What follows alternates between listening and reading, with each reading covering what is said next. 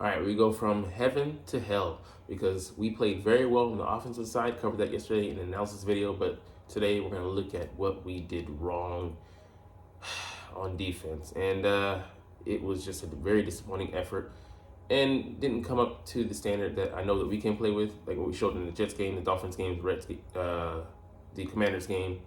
Not sorry, the Commanders game, the Bucks game, the Rams game, and so on. It just was a very frustrating day, game plan wise. And we'll get into that, as well as some more poking fun at Dallas. What's up, it's your boy Centron coming back at you with another analysis video, and I kid you not, that's my real name. Like I said, Eagles film analysis, all 22 defensive takeaways from the Cowboys game. And this guy right here just was allowed too much freedom to roam. Because, these aren't pastures out here in Texas. Philadelphia, man. Anyways, definitely was tough to watch. Like I said, I was not a huge fan of the game plan either. Overall, you know that CeeDee Lamb is the one weapon that they have verified. It checks out. No credit, check needs to be run. We know that's the guy. And you come out and, you do some things to try and combat him, but you don't give him the true credit that he deserves. And you know that they're going to move him around a lot, specifically in the slot. He's not a typical number one. I wouldn't classify him as number one. He's a matchup guy. They find the best matchup, and that's where they slot him. No pun intended. They put him in the slot a lot. He was going up against safeties, out of place slot corners that are not slot corners, that are outside guys, and linebackers on in some instances, and that's not what you want to see combating their best player is our fifth, sixth best pass defender. So I mean or ideally not even number two, number three. You want to allocate your number one guy, and I get that we can't do it all the time, but it needs to happen with more frequency and a lot earlier than what we saw. So anyways, let's dive into it. Yeah, like I said, we didn't make great adjustments on Lamb being in the slot. I get it sacrifices our coverage, making it more simple to, okay, find CD, that's it. They're putting the best coverage, they'll just go elsewhere, but we didn't even make him do that for the most part. He had 11 catches for $191. Just ridiculous, man. Allowing him to hurt us that bad. But yeah, it's this one's too easy. So it's cover one with Ricks on him. Good route, but we definitely didn't give the guy help. I don't know if there was bracket coverage over the top, so let's take a look. So you see CD here. Well, yeah, there's nothing over the top.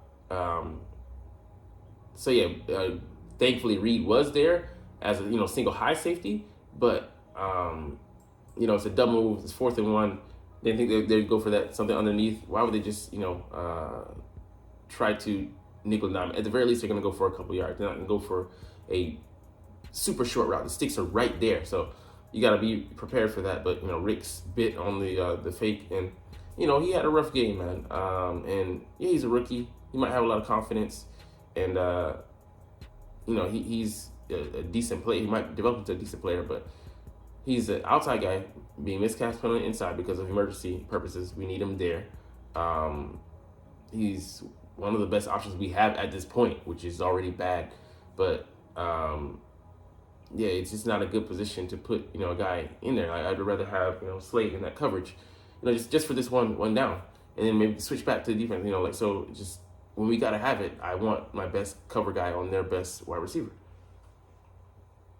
All right, Hassan Reddick, man, clutch. Him and Josh Sweat have been coming up clutch the last couple of weeks.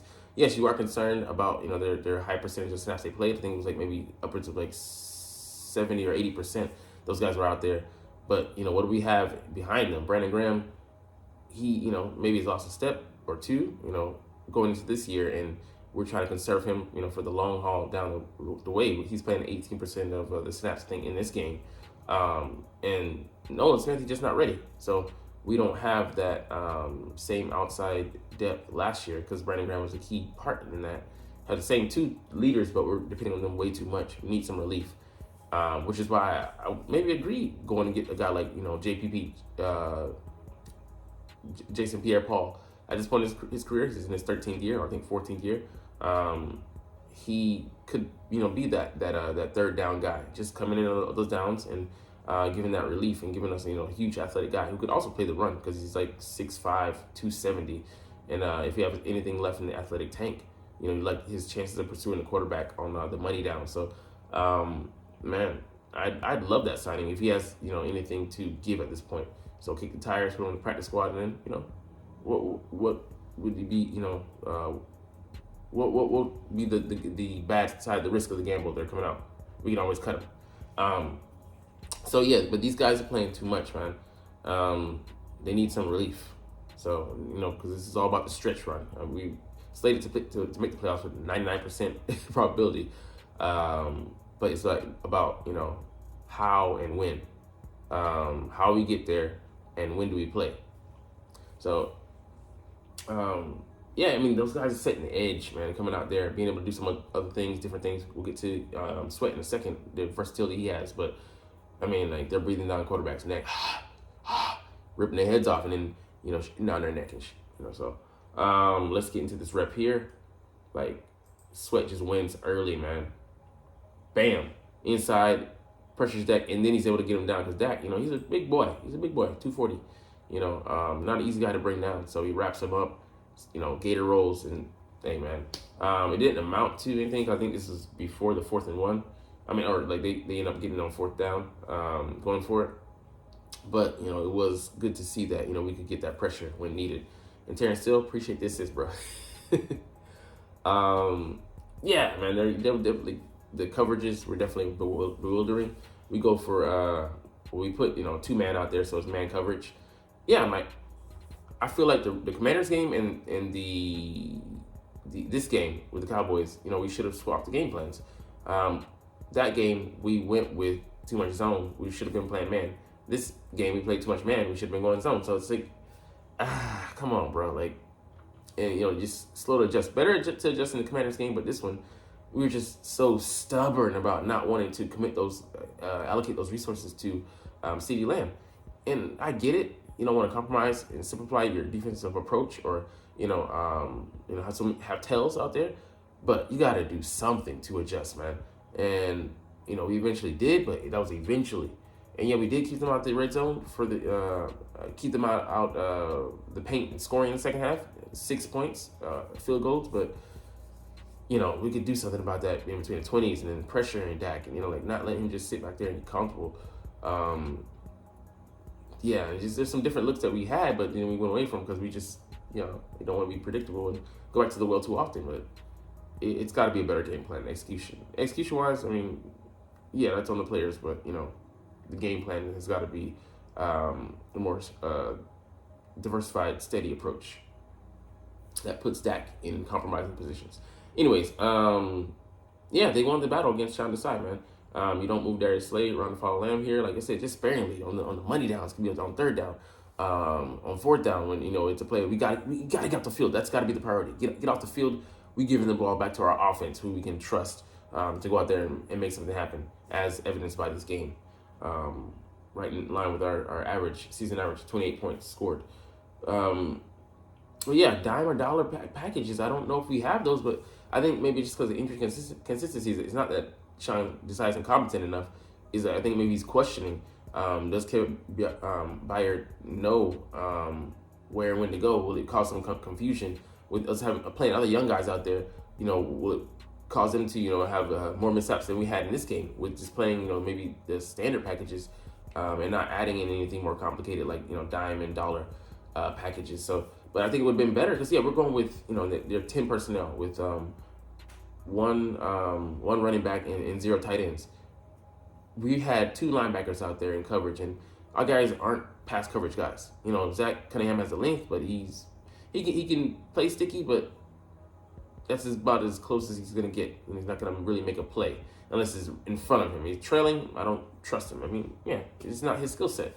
And Nicholas Morrow can be serviceable, of course, but I mean, he gets beat as well. Neither of them have passing coverage is their forte.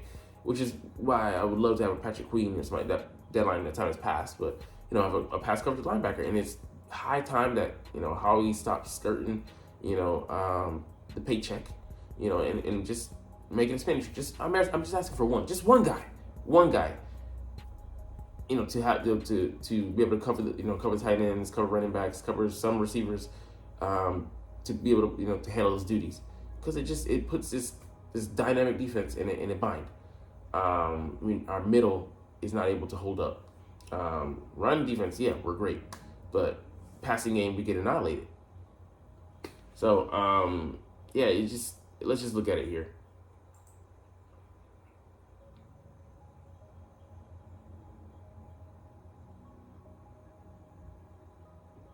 Yes, I mean, like, Ricks is there. He gets outdone by the veteran the veteran. So I mean, he's 1-on-1 there, and you're putting him on 3rd and 14 where we have a huge chance to get off the field.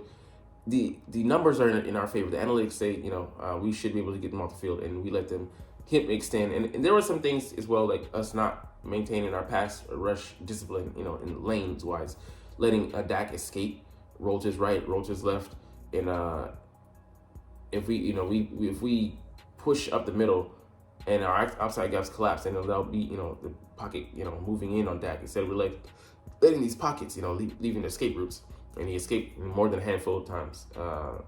It's just sad. We had him in our drafts too as well. Guys not being able to finish plays are just disappointing from that standpoint. But make no bones about it, though, the pass rush did bail us out in critical times. We'll see below a couple of times. All right, Tampa 2. I love this look, and I feel like we should have gone with more cover 2 today. Keeping things in front of us, but giving them these guys some support over the top, especially back coverage. Maybe leaning towards CeeDee Lamb's side of the field, and making sure we have like 2 sets of eyes on him at all times, because like I said, he's the one guy that could really hurt us. If Ferguson beats us, then okay, come hell or high water, I'll live with that. But letting CeeDee Lamb do that much damage and then opening the doors up for other guys to be able to do work, just a bad approach. So yeah, right, edge defenders, like Josh Sweat being able to drop into coverage just gives them a different look, even if it doesn't mean anything. Coverage wasn't that great; it was solid. Had covered the guy in front of him. Like, I think he would have been able to make a move though if he got the ball. That being said, it just is great, and Jordan Davis wins, take up 2 linemen, Nakobe Dean blitzes, and gets in there and shares a sack with Cox, and just lovely. So you see Sweat's going to drop here. Jordan Davis occupying the tackle and the guard, and then Dean and Cox being able to just clean up. Hey, Barney, baby, let's go. And it's great. The middle linebackers blitzing in his place. We got other guys on the second level filling in. Just great design. We didn't see too much like that. I'm like, we gotta have plays like that.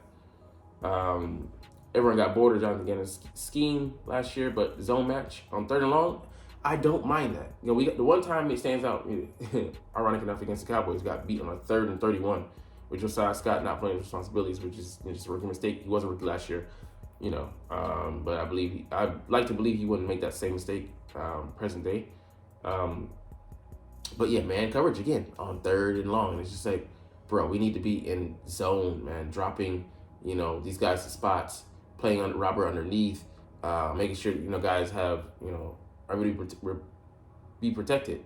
Play over the top and have guys underneath, or play up close and then have guys behind them, backing them up. So the corners, responsibilities. But I feel like this is just the wrong, play.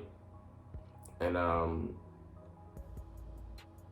yeah, sorry, this was the one we actually had. We went to things like this. Sorry, we had the guys dropping and had guys underneath, and it would be right there, and then we would rally to the ball. So because the guys are free, that's the great approach. So I had the wrong play in mind, but yeah, that kind of play call and then coverage works out better for us than what we were doing. Yeah, it allows us to to do multiple things at the same time, have multiple eyes on a guy like CeeDee Lamb, but as well as rally to the football, because guys are able to free flow because of their responsibilities in pass coverage. So yeah, So again, CeeDee Lamb being hit matchup with Kevin Byard, and he had a 4-way go. You know, he can go left, he can go right, up. You know, I mean, like shit, maybe 5. Like it's just impossible asking Kevin Byard to farm this much land with the guy, CeeDee Lamb in front of him here. So he's got to come down here, and all that space. Sorry, he's here, all that space, and then CeeDee can go left, right, fake. I mean, yeah, it's tough. Like, why would you do that? Why would you design it like that? Yeah, just as I said, putting your guys in position to be successful, and we didn't do that there.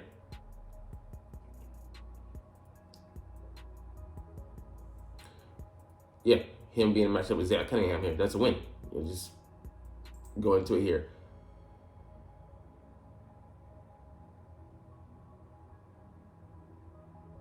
All right, so Zach coming here, he gets so much land, he overplays it like a linebacker typically would, and yeah, CeeDee just cuts against the grain, comes across his face, and then goes into the open spot, makes a catch, and he's playing catch up from the beginning. He's playing catch up. It's tough to ask for a linebacker to cover CeeDee Lamb, and we put him in that position to do so. But also, Zach Cunningham in the run game, man, he can be trusted. He puts his body on the line, hard hitting, fast flowing. Recognition, we trust him in that area, and he made a great play here on the helicopter with Dak, with Slay leading the charge funnily. So Dak goes in here, he sees the rushing lane, he scrambles. Oh, got a chance for a touchdown. Flip, bam! Sit your stupid ass down. If you thought it was, boy. So I mean, I love that by Zach Cunningham being aggressive, punishing him, for coming into his area, that area of the field. All right, Brandon Graham, man, he made 2 huge plays, sack, and then also making Dak scramble. So Kevin Byard, they do a good job here. Shout out to these guys, saying that Kevin Byard takes away the play action, doesn't bite on it, covers that area, and then forces Dak to go elsewhere. So you can Kevin here. What they want to do, have him bite and then have that area there open. Dak scrambles. BG makes him really try to work for it. Dak doesn't, feel confident in just diving in there, and he steps out. Typical Dakian play. Yeah, pass coverage was defense is definitely better when Slay started to follow Lamb. Just made, them made Brandon Graham wins here, but put some doubt there. Okay, Slay's out there. I can't just throw it because they should have a guy out there, and Dak holds it. Maybe he would have thrown that if it was someone else, but BG wins, man. Beating Terrence Steele like a drum. But like he was from the Caribbean. He's one of my favorite drums. Just playing his ass. Dak missed one here. He should have went to where Cunningham was in coverage, but he wanted maybe to go to Lamb. He doesn't look at. He looks at the tight end, but doesn't pull the trigger for whatever reason. Just maybe, I thought predetermined he wanted to go to Lamb, but he didn't know that Slay was going to be over there. Okay, got that. Yeah, but he was wide open. So let's go back to that. You see here, Cunningham running with the linebacker. Running with the tight end. He just whiffs on that and he had him. But, fortunately, that didn't go that direction. Again, 1 running back, 0 tight ends, 10 personnel. We still have 2 linebackers on the field. We were bailed out here by Josh Sweat, but, could have been bad. I think Cunningham gets beat again.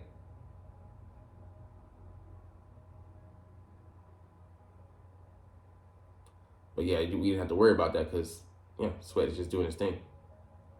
So, just, the Pastors, like I said earlier, bailed us out, and we needed that on a day like this. So, man, like I said, we got to hopefully, I know they will look at it during the bye week, but making adjustments faster, and I don't know if that's the thing. We want teams to make adjustments, and then we make the adjustments we wanted all along because that's what we wanted them to move to, and that was in our best interest. I don't know if that's what we were really trying to do, but yeah, we got to be better not waiting to the fourth quarter to adjust to some of these things we should have done. Like I said, you didn't have to do it 100% of the time. Could have been, in spots, but moving Darius Slay to play with CD just in spots to, make Dak have enough of a pause, to go elsewhere to more favorable matchups where we could, spend more resources because we trust Darius more, and then spend resources when we don't have Slay there, and then also, do some trickery in there where we switch up disguise looks. So yeah, there's lots of things to work on, definitely. But hopefully those guys get it done during the bye week. Look at one more thing, because yeah, Dak and company in week 10 are moving back down in competition to the Giants, and they're like 16.5-point favorites to win this. They should, because they're gonna do what they do. They're bullies. They just beat up on weaker opponents. But I just had to poke a little more fun at Dallas Cowboys because they are just wildly inconsistent, and when they step in competition, they look more like the 28-year streak non-NFC championship playing Cowboys. Anyways, we're gonna get up out of here, but I love talking about the Eagles and love making fun of the Cowboys and love making these videos. So you're not even watching, but it's all good. Like I said, we're gonna chunk deuces, but as always, it's fly Eagles fly, and let's motherfucking go. Like, comment, share, and subscribe Thanks for watching. Check me out at Centron Anime, Centron Life, or Centron Laughs, or other social media.